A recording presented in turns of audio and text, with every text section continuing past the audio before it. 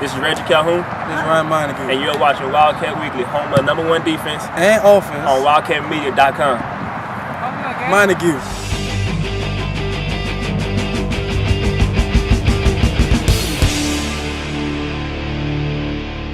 Hello once again and welcome to this week's edition of Wildcat Weekly. I'm Jordan Meisner, taking a look back at LC's 37-16 victory over Texas Lutheran on the road this past Saturday.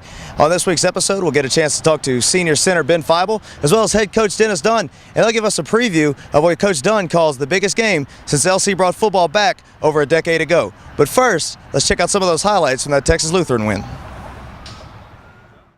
First drive of the game for LC, and as usual, it's a good one. Ball right near midfield, Jamie Bunning hands off to Ryan Montague, and he rips off a 22-yard run all the way down to the 29-yard line.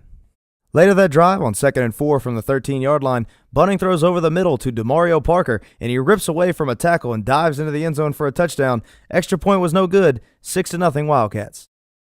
Texas Lutheran ball now, and Mitchell Bunger finds an open Jerome Miller down the field for a 20-yard gain. Next play, Bunger rolling out, and he throws one up again to Jerome Miller, who makes a tremendous catch for a 13-yard touchdown. Bulldogs now lead 7-6. Ensuing LC drive, Bunning hits DeMario Parker over the middle for a 15-yard gain on 3rd down, and that moves the chains. 2 plays later, Bunning swings one out to Darnell Williams, who picks up 10 more yards to get LC in the red zone. That would set up the sensational freshman kicker Adon Oliveras for a 22-yard field goal. It's good, and LC leads 9-6. Moving to the second quarter, Bunger will keep it, and he finds some space along the sideline for a 29-yard gain. Same drive, Alan Kane nails a 32-yard field goal to put TLU ahead 10-9. Wildcat ball now on the Bulldog 8-yard line. Bunning lobs it up to Darnell Williams, and he gets way up there to snag this touchdown pass, and that gives LC the lead 16-10. Under a minute left until the half, Bunning is hit while he throws, and it is picked off by Travis Bell of Texas Lutheran at the 28-yard line.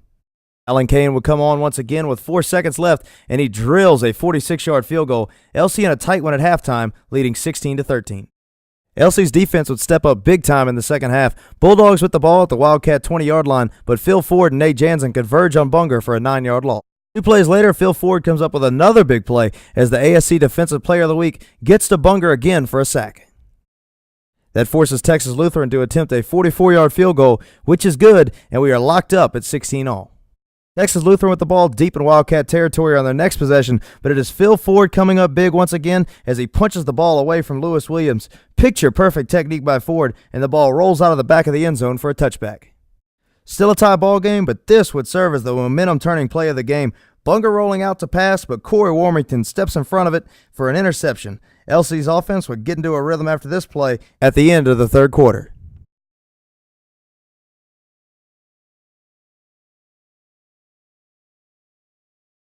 Ensuing Wildcat drive begins with Bunning hitting Darnell Williams for 16 yards and a first down. Switching sides for the fourth, Bunning finds Dane Reeves in the end zone, and a nice diving catch by Reeves results in a 10-yard touchdown. 23-16, LC leads. Next Wildcat drive, and Deron Bartholomew takes the handoff, and he will bully his way for 14 yards and a Wildcat first down. Bartholomew with the hot hand now as he gets the ball out of the shotgun and rips off a 32-yard gain to get the ball all the way down to the 13. The other half of LC's backfield will finish the drive off. That's Ryan Montague catching the ball out in the flats, and he makes a devastating juke move to break a tackle on his way to a 13-yard touchdown. Bulldogs down near the goal line on their next possession, but another huge play from LC's defense. Watch Brent Peavy try to sneak it into the end zone, but he puts the ball on the ground, and the fumble is recovered by the Wildcats as they spoil another chance for Texas Lutheran to score. Later in the fourth quarter, after Chaz Baxter recovered a fumbled punt, Bunning hands off to Ryan Montague, who scores from 14 yards out, and that makes it 37-16. Brent Peavy back to pass, but freshman Preston Tebow makes his way into the backfield for a sack. Later that drive, Peavy back to pass, but Terrence Bratton comes off the edge for the sack, and that closes out a 37-16 victory to improve LC's record to 7-1, 5-1 in conference play. All right, Terrence, we'll take a look back at this weekend against Texas Lutheran. You guys come out with a 37-16 victory. Maybe came out a little flat in the first half, and that seems to be kind of a theme for this year's team, but a strong second half, particularly that strong fourth quarter. Right, and Coach Buck always tells us it's not how you start, but how you finish. And coming into that game, it was Texas Lutheran homecoming, so we had to expect them to play a little bit better than what they normally do, but fortunately we got it together in the second half and buried them in the dirt. Yeah, and another great performance from the running game of LC. They run for over 200 yards. Ryan Montague has another big game, which just seems to be a weekly occurrence. But Jamie, he throws for four touchdowns, and some people underrate him this year, but he played pretty good too. Right, Jamie is an amazing quarterback in my opinion, regardless of what anyone says. And coming into that game, struggling in the beginning a little bit. We had some drop passes from the receivers, but overall, Jamie overcame all of the criticism, and he performed very well Saturday. Now, another thing that seems to become a theme is the few plays that you get in on in the Ram package, you seem to get to the quarterback quite a bit. Right. That's my main job, is to get in and create pressure on the quarterback. So I take pride in that, and I feel like if I don't get to him, it's something I'm doing wrong. And I feel like, in my opinion, no lineman one-on-one should be able to block me, so I try to do my best that I can.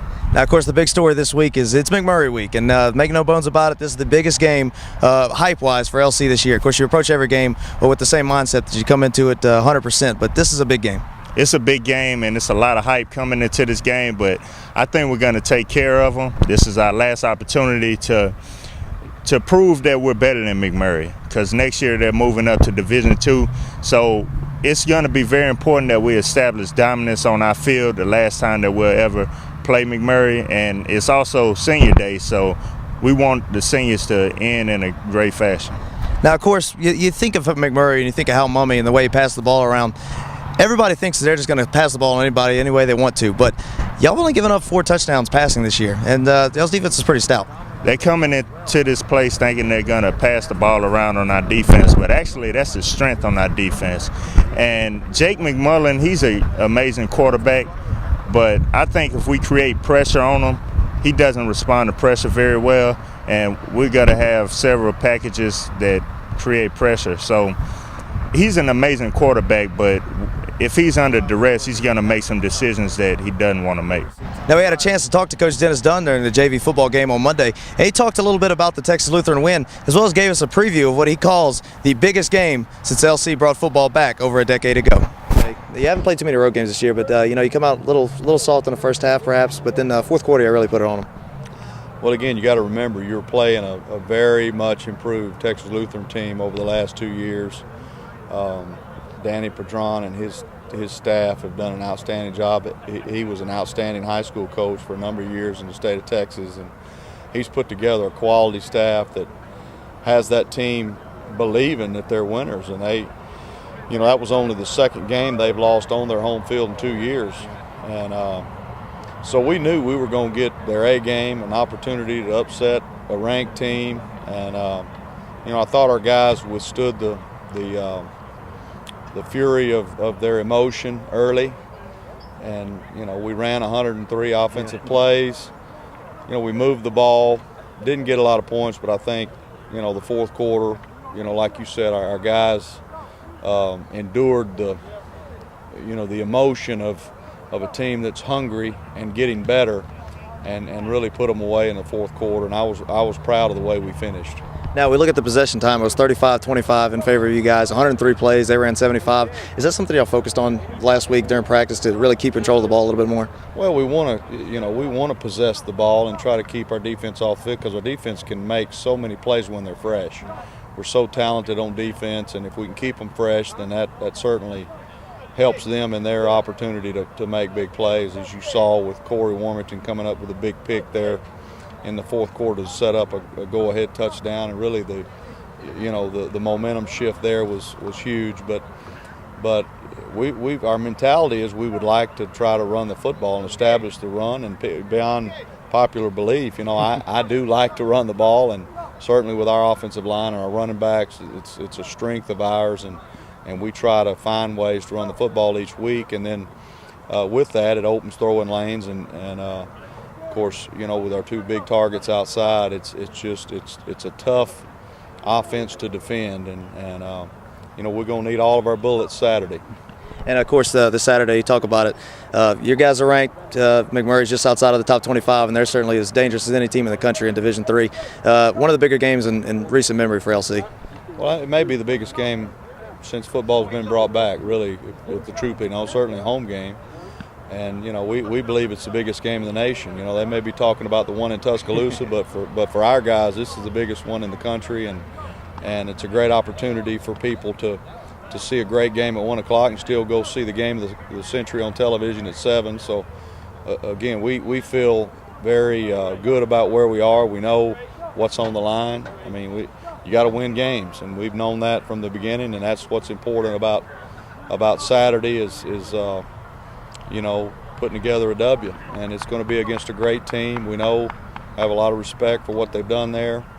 You know, the quarterback, Jake Mullen, is in my opinion, the best in the nation and certainly in our division, but he's a Division I quarterback, and he can beat you by himself.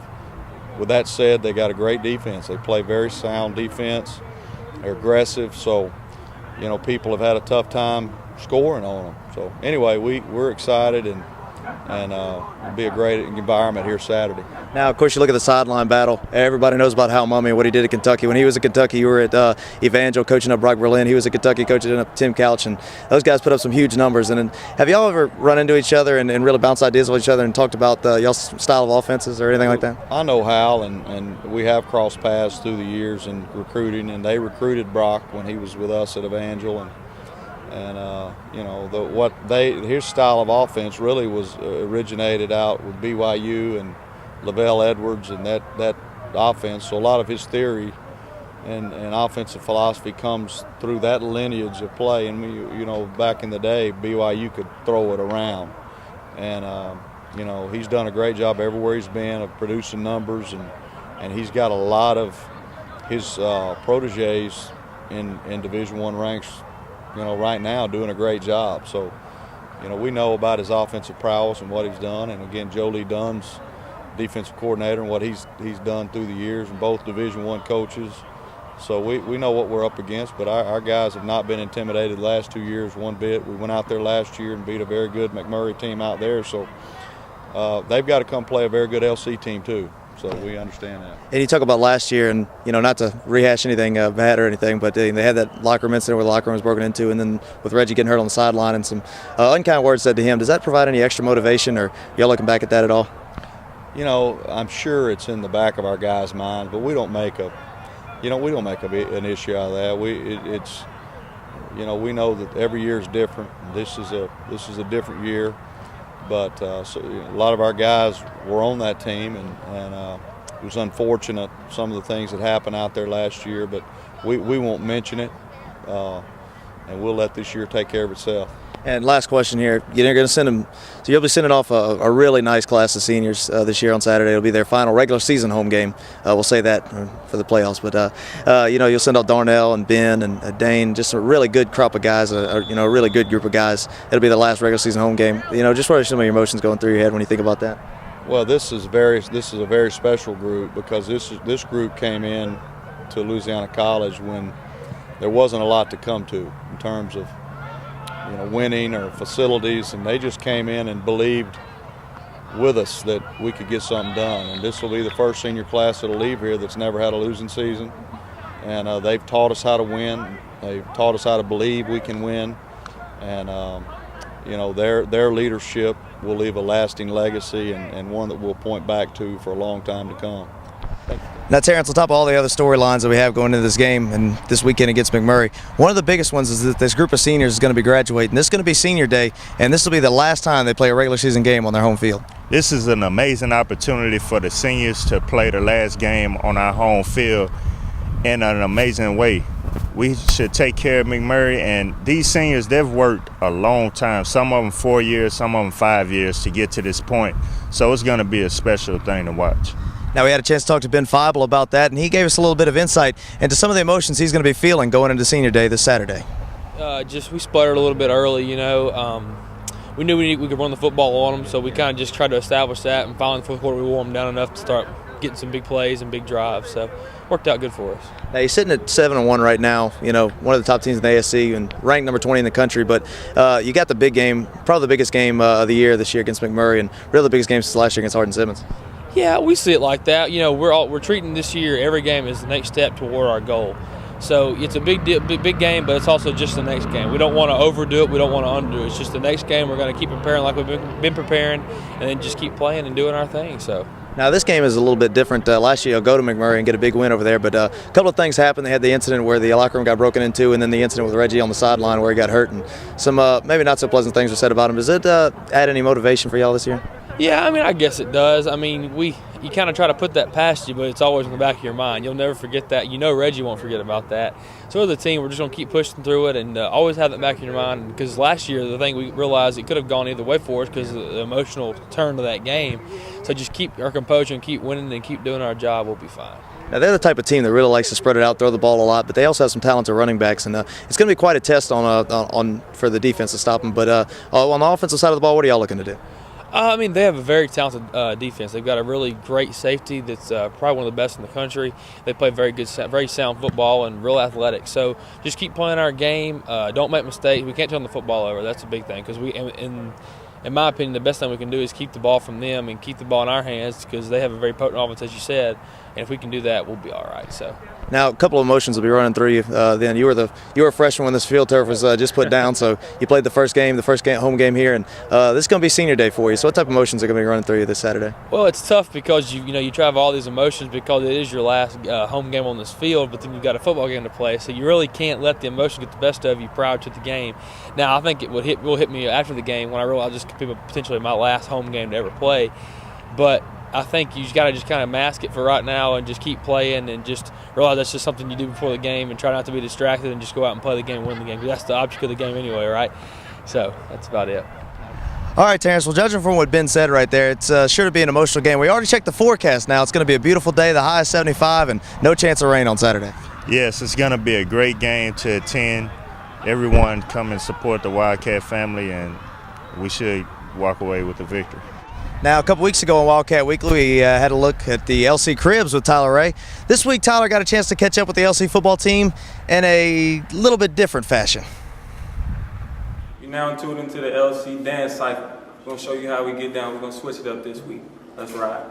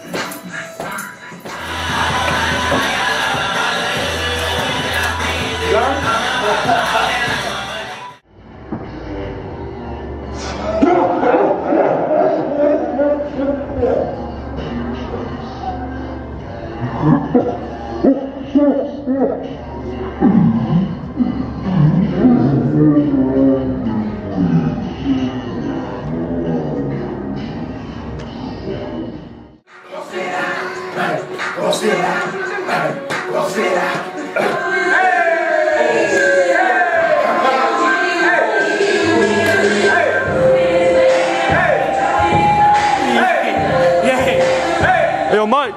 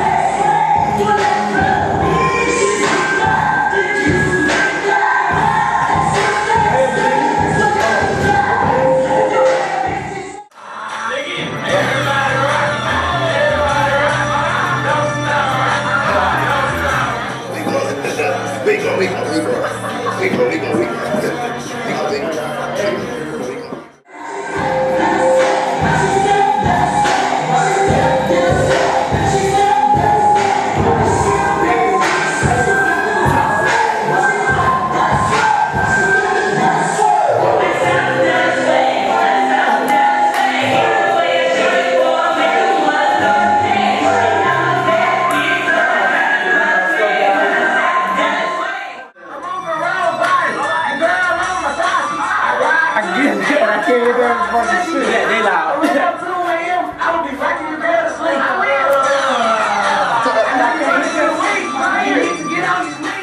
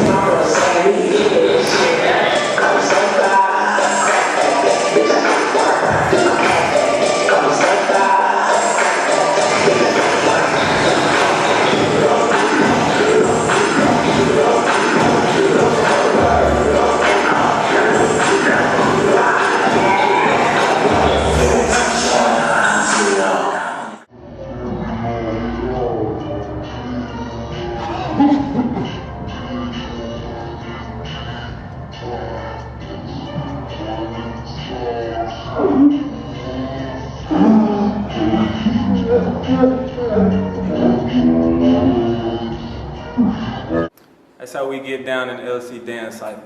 Holla at you.